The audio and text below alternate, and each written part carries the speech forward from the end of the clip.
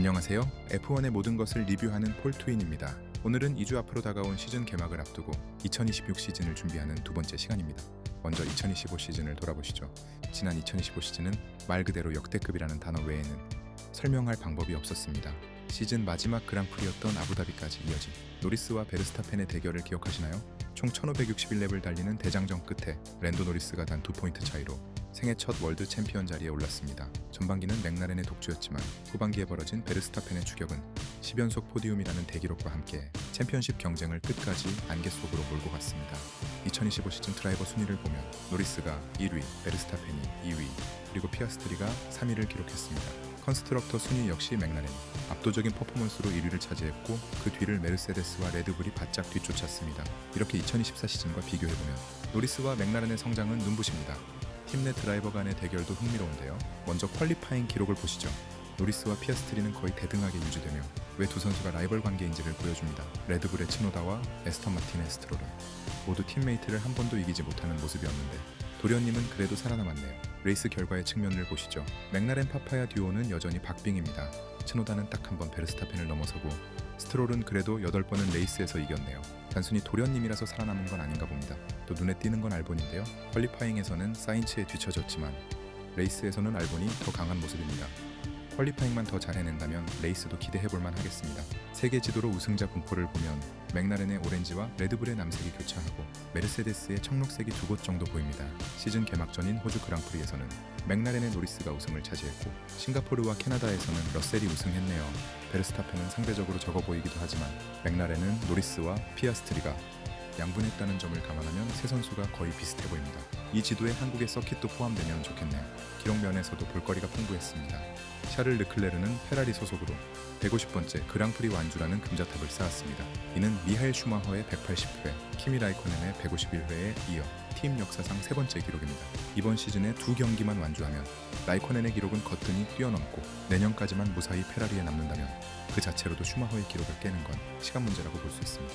하지만 키미 라이코넨과 슈마허랑 달리 르클레르는 아직 월드 챔피언 트로피가 없죠. 무관에 불과한 롱런 기록이 르클레르나 팬들 모두에게 큰 의미가 될 수 있을지는 미지수입니다. 꾸준함의 대명사 조지 러셀도 빼놓을 수 없죠. 시즌 총 1444랩 중 무려 1442랩을 완주하며 99.9%의 완주율을 기록했습니다. 레이스에서 이 정도의 꾸준함을 보여준다는 것.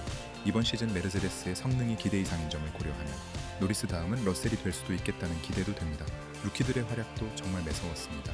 키미 안토넬리는 데뷔 시즌임에도 불구하고 포디움 3번, 패스티스트 랩 3번을 기록했고 11번의 랩을 리드하는 기록까지 만들며 150포인트를 획득했습니다. 특히 Q3 진출 횟수를 보면 안토넬리와 하자르는 총 16회로 웬만한 베테랑 드라이버들을 압도하는 실력을 보여주었습니다. 그 와중에 노리스와 피아스트리는 같은 팀 동료 2명이 모든 그랑프리에서 Q3에 진출하는 엄청난 기록을 세웠네요. 판타지 기록도 살펴볼까요? 가장 많은 포인트를 가져다준 선수는 역시 베르스타펜이었지만 가성비 최고의 드라이버는 훌켄버그였습니다. 가장 많은 유저의 선택을 받은 선수는 하자르였고 가치 상승폭이 가장 컸던 건 조지 러셀이었습니다. 가장 많은 추월을 성공시킨 추월 왕은 올리버 베어만이 차지했고 베르스타펜이 드라이버 오브 더 데이와 패스티스트 랩을 총 11호에 차지하며 다시 한번 이름을 올렸습니다. 가장 잘했다고 평가받는 노리스와 피아스트리의 이름이 하나도 나타나지 않은 건 조금 흥미로운 포인트입니다. 피렐리의 데이터도 흥미롭습니다.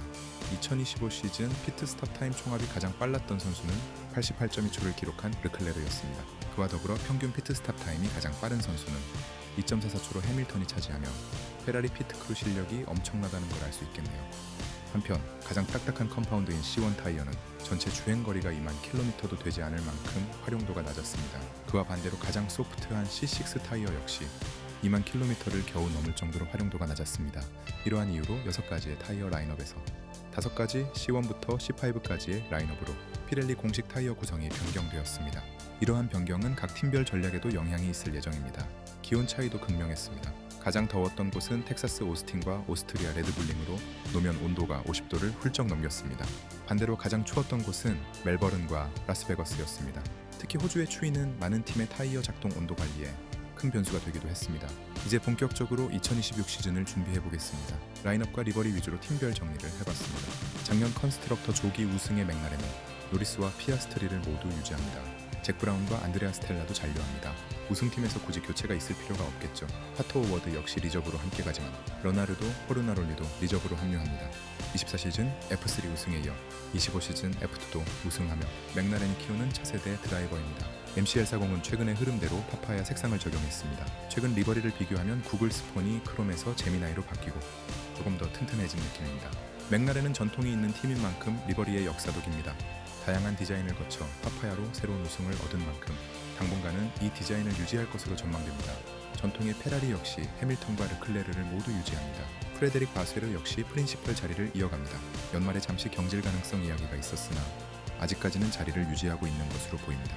리저브 드라이버도 조비나치가 자리를 굳건히 지키고 있지만 하스의 올리버 베어머니 페라리의 리저브 역할도 겸하게 되면서 페라리가 해밀턴과 르클레르의 후계를 진지하게 고려하기 시작한 게 아닌가 싶습니다.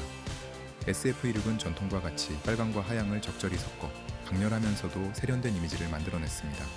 르클레르가 테스트 전체 1위 기록으로 마치며 페라리 머신도 좋은 평가를 받고 있는 가운데 시즌에는 어떤 모습을 보여줄지 기대됩니다. 이번 시즌 강자로 여겨지는 메르세데스 역시 러셀과 안토넬리가 함께 갑니다. 토토볼프의 자리는 막강하고 작년 F1 아카데미 우승자 도리안 핀도 함께합니다. 리저브 드라이버인 베스티도 자리를 지켰습니다. W17은 메르세데스의 정체성을 다시 살렸습니다. 작년에는 실버 에로우라는 별명이 어색하게 검은색 위주의 차량이었다면 올해는 조금 더 은색이 돋보이는 모습입니다. 테스트에서 안토넬리와 러셀 모두 좋은 모습을 보이고 메르세데스의 엔진이 엄청난 기대를 받는 만큼 올해는 정말 기대해봐도 좋을 것 같습니다.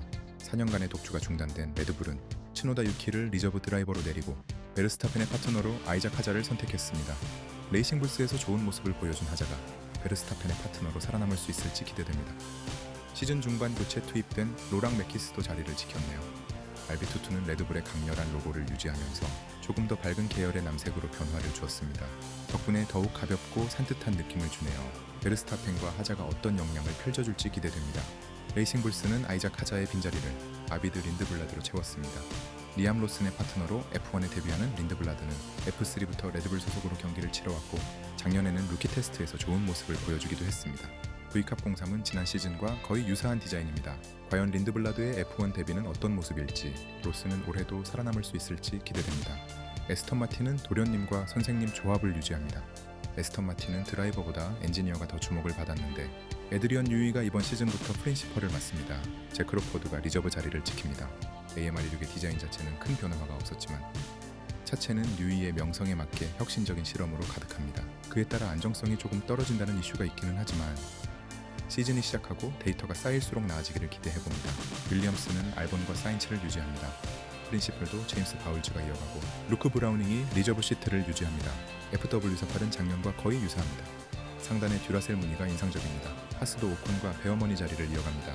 베어머니 페라리의 리저브도 겸임하는 만큼 하스의 리저브도 기회가 있을 것으로 예상되는데 잭두한과 히라카와가 합류합니다. 잭두한은 알핀에서도 잠시 뛰었던 만큼 즉시 전력감으로 생각하고 데려온 것으로 보입니다. VF16은 작년보다 하얀색이 조금 더 첨가된 느낌입니다. 과연 하스에서 살아남는 드라이버는 누가 될지 궁금합니다. 알핀은 가슬리와 콜라핀토를 유지합니다. 리저브도 포라론이 이어가고 특이하게 프린시펄보다 고문이 더 유명합니다. 르노의 승부 조작에 가담한 것으로도 잘 알려진 플라비오 브리아토레가 실세인데 실제로 드라이버는 물론이고 팀장도 갈아치울 수 있는 권한과 영향력을 가지고 있는 것으로 판단됩니다. A516의 디자인은 작년과 유사합니다. 차를 새로 찾아다니지는 않아도 되겠네요. 자우버의 명맥을 이은 아우디는 훌켄버그와 보톨레트와 함께합니다. 아무래도 팀이 바뀌는 와중에 주요 드라이버까지 바꾸는 모험을 하고 싶지는 않았던 것으로 보입니다. 페라리의 프린시펄로도 유명한 비노토가 아우디 F1 프로젝트 헤드이자 CTO로 있고 조나단 휘틀리가 프린시펄 자리를 유지합니다. 아리룩은 예전 메르세데스를 보는 느낌처럼 독일의 고유 색상인 실버를 많이 사용했습니다. 테스트에서는 코너 탈출 속도가 좋았는데 실제 시즌에는 어떤 모습을 보여줄지 기대됩니다. 신생팀인 캐딜락은 베테랑 오브 베테랑 세르히오 페레즈와 발테리 보타스가 드라이버로 나섭니다. 두 드라이버는 레드불, 메르세데스 등에서 잔뼈가 굵은 드라이버로 신생팀의 불안함을 드라이버의 경험으로 채우려는 듯합니다. 프린시펄도 그레임 로든으로 F1에서는 처음 등장한 인물입니다. 다만 팀의 고문이자 감독으로 마리오 안드레티가 있는데 실질적인 프린시펄의 역할을 하게 될 것으로 보입니다. CA01은 블랙 앤 화이트의 조화를 통해 강인하면서도 새로운 리버리를 만들어냈습니다.